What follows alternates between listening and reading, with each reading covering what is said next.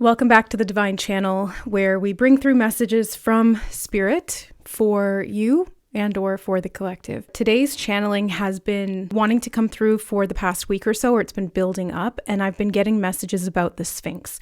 I woke up this morning and it was the first thing that popped into my mind, and as I was contemplating it's time to do a reading on this, I looked over and there was a magazine on my bookshelf that the back cover had a picture of the Sphinx on it. So I was like, okay, that's direct confirmation. It's time to bring through whatever message this is. And in alignment with that Egyptian type energy or archetype of the Sphinx, we also have a deck that was sent in by Shawnee. Thank you so much, Shawnee, for sending us the Sacred Symbol Oracle deck, which we will be using today for this reading. So let's get a message from the Sphinx. What is this that wants to come through? I'm hearing stony disposition and something about a poker face. Yeah, one of the references that I did see was the pink Sphinx, which is an episode of American Dad, where Francine learns to conceal her emotions, and she kind of like goes deeper and deeper and deeper inside herself and almost like dies inside to be able to not show emotions and not have people be able to read her body language. So there's something about tells, emotions, body language, or secrets that you've been hiding below the surface, or that someone has been hiding below the surface, whether they realize this consciously or not. The Sphinx is a guardian. It's a keeper of secrets. We have the new life card. So it feels like there's something that has been, I'm seeing somebody crawling out from within the depths of themselves. It's like there's this version of you, a part of your identity or of someone's identity that is ready to emerge, and it's being given new life. The Ankh is significant here because as I was looking in the camera and seeing it, my eye line also went down and fell on a card that I have on the table, which is the Ankh right here tattooed on his arm. This is from a different reading that I'm working on, a pick a card for It's Tarot and Beyond. I haven't completed that reading yet, so the cards are still sitting there. Okay. So the Ankh is significant, and this represents the union of masculine and feminine energy. It's eternal life. It's used for energy purification, healing. I'm hearing the word ramifications, and I'm seeing a ram in my mind's eye. So there could be something to do with Capricorn. Forcefulness is actually the energy I'm getting from it, which is kind of the opposite of the Sphinx. The Sphinx is more reserved, reclusive, concealed, mysterious, stays in one place. But this is, what we're talking about here, what the Sphinx is bringing through to you is the energy of transformation, or the potential. I'm seeing energy potential, the energy potential for transformation to create a new life. They're showing me that emergence again, something from the inside that was hidden, repressed, buried deep down, coming up, being born, being seen in the light of day. I heard secrets of the Sphinx revealed, and these secrets within the self are leading to a quite profound transformation that results in the experience of a new life. It's like a new sense of a new identity, new persona, new part of the self that is emerging, a new way of being. And we have magic coming out as well.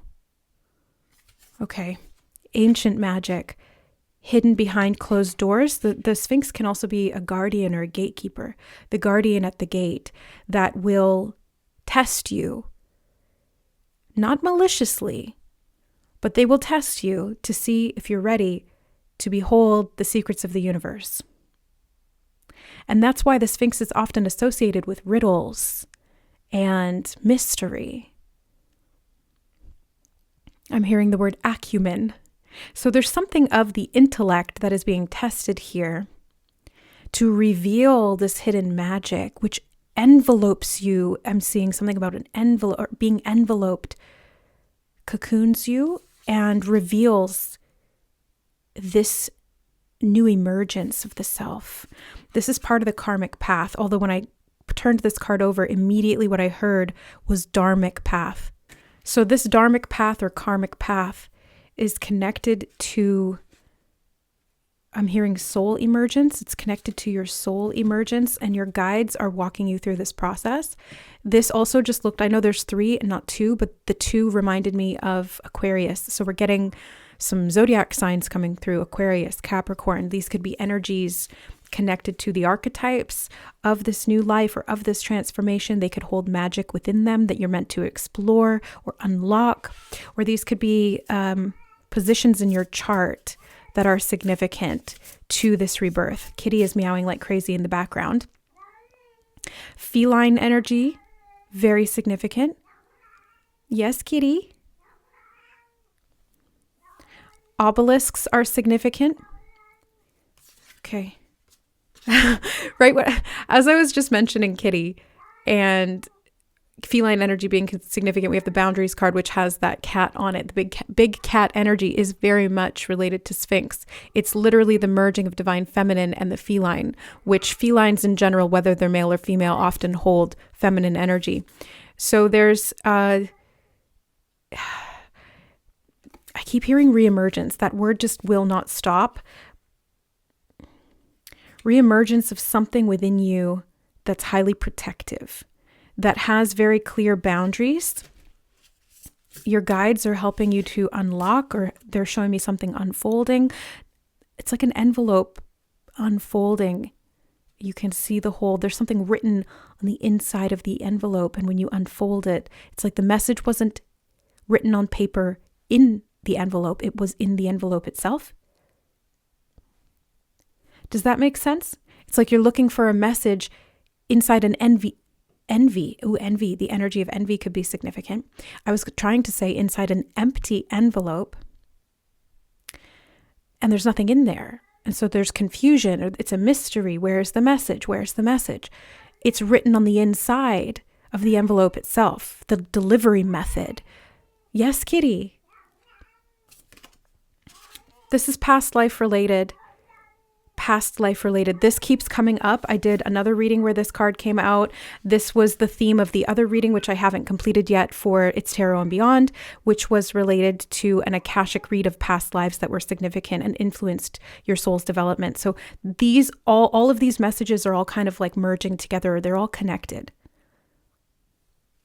The boundary line, I'm just seeing now the boundary line between this version of you now, the current incarnation and the consciousness that you hold, and the previous incarnation that we're talking about here, or maybe even all of your prior incarnations, the boundary line is becoming less rigid.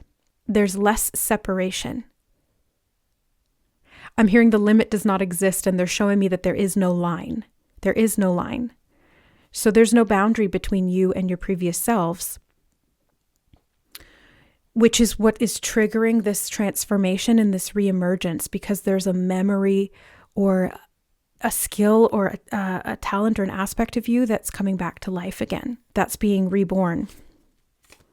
Spiritual cleansing is important with this process, because as you reawaken these parts of the self that were repressed or hidden or forgotten, as you are walking this path, you do need to cleanse off some, I'm hearing uninterested, some old energies that you don't need to entertain anymore. You're uninterested in them at soul level, meaning that they don't hold any significant value for your spiritual growth any longer.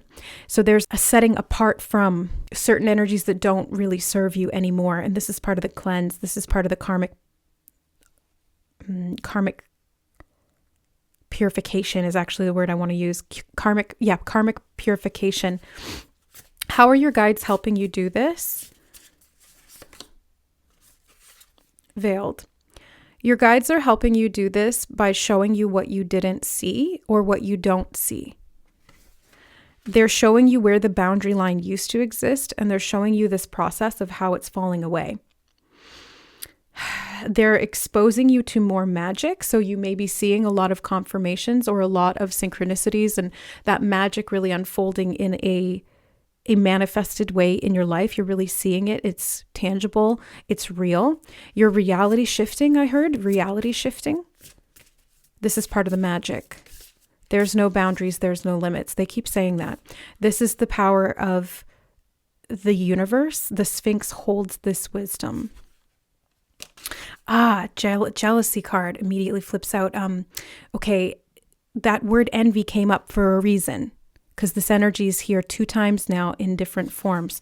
So there's protection around you as you unlock these hidden secrets, the depths of your being coming to the surface. And maybe there is some spiritual cleansing that needs to occur around that energy of envy or jealousy, whether it's coming up from within you or you're seeing it mirrored back to you in your reality, projected towards you or upon you. Whatever this is that we're talking about, however it shows up for you, the Sphinx is going to help you to remain unperturbed, not disturbed by that energy. And that's the protection. That's the hidden message in the inside of the envelope. There's something about being reserved, but not hiding. You're not pretending to not care. And it's not that you don't care. It's more that you've come to this point of awareness that it genuinely doesn't affect you anymore, because you've done all of this spiritual work to cleanse it out, to understand it, to integrate it, to do what you needed to do.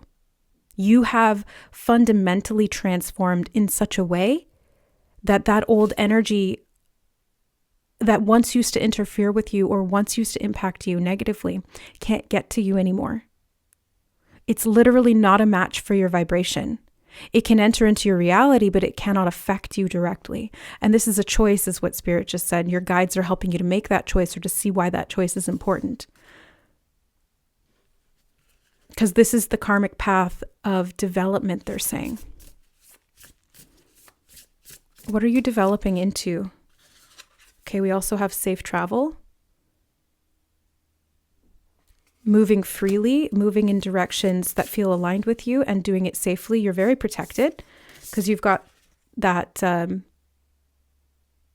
eye of protection and the four directions, the 4 corners. I'm actually hearing the 4 corners, but you're able, and they're showing me the 4 corners at the base of the pyramid. It's a triangle, but it also has the square, the triangle and the square. This symbol also is protective, the pentagram. So you've got these symbols, these geometries that are, okay, I just heard ego blocking. But I was going to say these geometries that are helping to protect you or that you're using as protection. This could be part of the hidden message or the mystery, is working with the mathematics of the universe, or understanding and working with the order, because that's basically what it is, order. And from that order, there is peace, serenity. They're saying again the word development. What was the other thing that they just said? Ego something? What was that? They're showing me fishing something up, catching something on the hook and reeling it in. It's like a part of your ego that was dancing around behind you, or that was swimming in the waters and lurking below the surface. You're able to kind of pull it up to the surface and see what was so tantalizing or so taunting, depending on how you were interacting with it or what it was trying to gain. You've got power here. I heard the words power symbol. So there could be a power symbol that you're using or that you will discover as part of this message or part of working with the energy of the Sphinx that is going to help you to recall, to retrieve, and to understand where your ego was blocking your power. That's what they said earlier, ego blocking.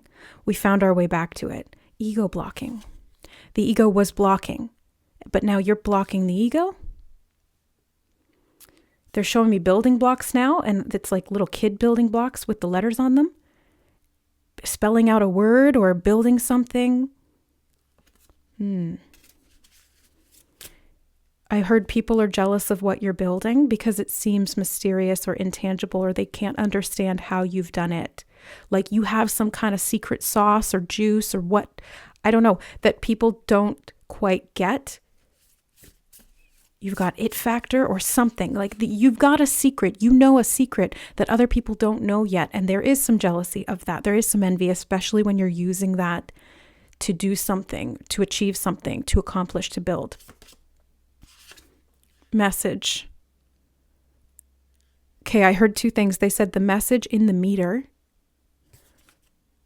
And I'm hearing meter as in like the measurement of speech, the pace at speech, or even the way that sentences are structured. I'm hearing a iambic pentameter, and if I remember correctly from my creative writing days and my English major, iambic pentameter is a form of rhyme, often used by Shakespeare, I believe. So there's something about the meter, the method, the rhythm, the rhyme. That actually came up in the last reading I did too. They were talking in rhymes, or they were using rhyme. This could be part of the magic, like spells. They don't need to rhyme, but it can add emphasis or power to it because there's something of an order. It's like there's order within the structure of the message. Yes. I don't know if riddles are always formatted in rhyme, but the example that's coming to mind is the Sphinx that Harry has to get past in the Triwizard Tournament maze, the third trial. And she does speak the riddle in a rhyme. It's not in the movies, it's in the book. And Spirit actually told me to read that book. Usually I start from the beginning. I mean, I've read it a million times, but usually I start from the beginning and then go through the whole series at least once a year. This time they said pick up that book, the Goblet of Fire, first. And that made me feel a little uncomfortable because I was like, I like to do things in order. Again, this is connected to the message of order. But they said, do this one first. And there was a reason for it. I also just beat the game Hogwarts Legacy. It's awesome. Love it. But there's something about completion. This reemergence is connected to that.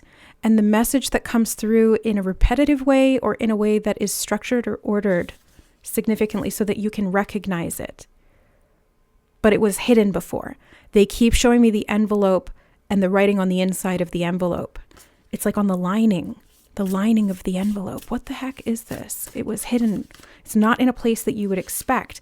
But you've got the lucky card here in the horseshoe. So it feels like it comes in a lucky way. There could be serendipity involved here, or it's through alignment that you unlock this message or connect to the truth of it. It's calling you forward, I just heard. The luck is calling you forward. Is that what's happening? You're being guided. You're being guided. You're being activated. You're being seen, I just heard. And then they're showing me this again. So maybe this is being made public in some way, or people are observing you doing this, whether it's in the physical through social media, or the people that are around you, or even in the astral realm. They just said past versions of you.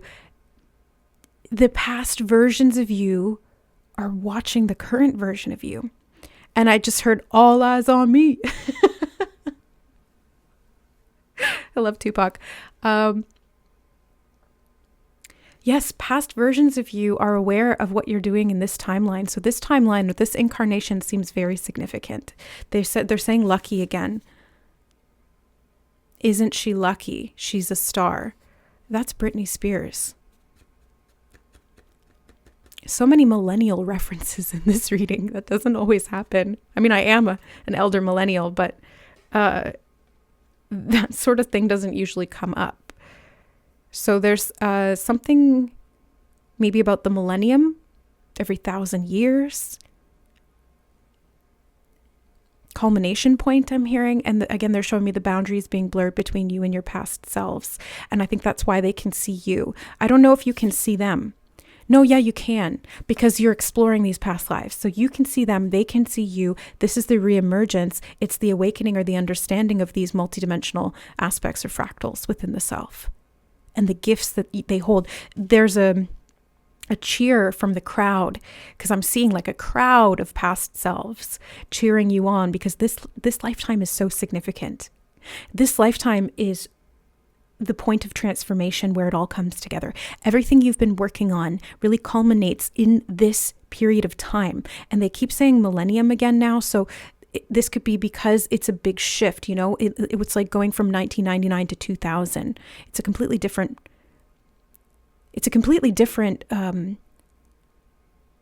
set of time is what Spirit is saying. It's a different set of time, a new era.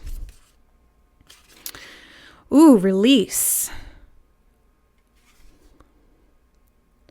You're seriously releasing and letting go, cleansing any of that lower vibrational energy that you once harbored within you at soul level based on some previous lifetimes and the encounters you had within them. The experiences that were internalized and that you took to heart are no longer able to influence you or affect you indirectly or directly, because you, first of all, have awareness of them. Second of all, you've integrated it and understood the mystery within the message, and you're able to no longer hold that vibration, even if it's just a seed of it, at the heart or in the soul. It cannot get in if it's not already inside you. And that's why you're releasing any tethers or ties to any negative karma from the past. And this is why your past selves are cheering you on, because you're doing what they wanted to do but couldn't do in those lifetimes, because from their point of view, they needed to go through the experience of it for you to be able to understand it and put it all together. And we have focus.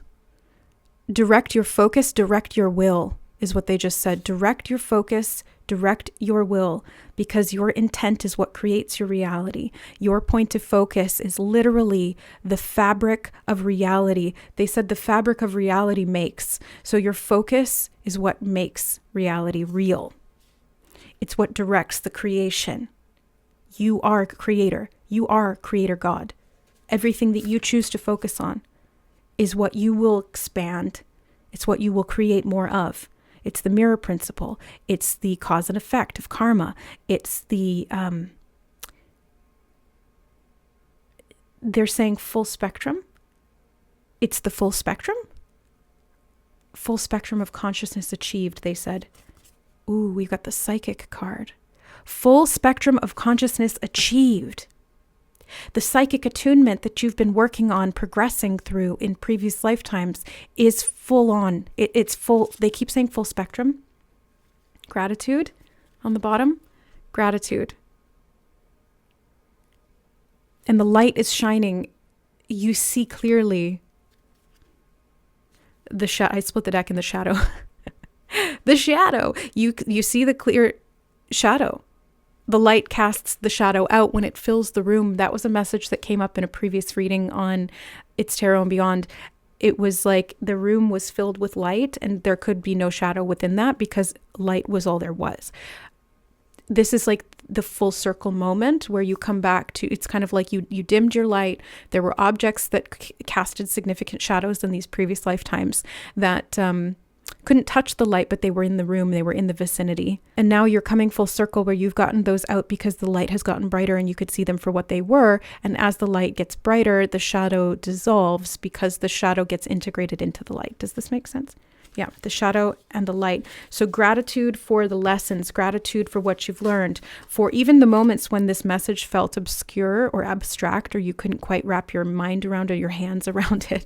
You couldn't quite grasp it, but it's been working through you this whole time, and it's the integration of this shadow that is helping you to become the full version of you, the most conscious you that you've ever been, is what I just heard. So this lifetime is the most conscious you've ever been. Oh boy. And that Sphinx is saying, come on in, because she's the guardian at the gate. You needed to be able to solve the riddle to be able to gain access, because it's like you needed to prove that you were really at this level of consciousness, that you could understand the mysteries of the universe and handle that so it didn't evaporate and blow your mind or melt you down, didn't melt your face off. You're able to face that level of light and hold it to match that frequency. Yes. Okay, that's the message. I don't have a lot of time today to go even deeper, so I'm going to leave it there. But I do feel like there's more that we're going to explore with this message, maybe just in a different video or another reading. But yeah, that's what wanted to come through today. I hope it was helpful. Take what resonates and leave the rest. You are so powerful. I'm blown away by the energy I can feel from this reading, from the Sphinx, from your guides, from your soul, and all of these past lives versions of you. It's really cool. So I'm sending you lots of love, blessings, and luck to unlock this mystery, receive this message, and move to the next stage of development, whatever that happens to look like. I love you. Thank you for being here, helping to support my work online, both here on the Divine Channel and also on It's Tarot and Beyond. We will see you in the next reading. Bye.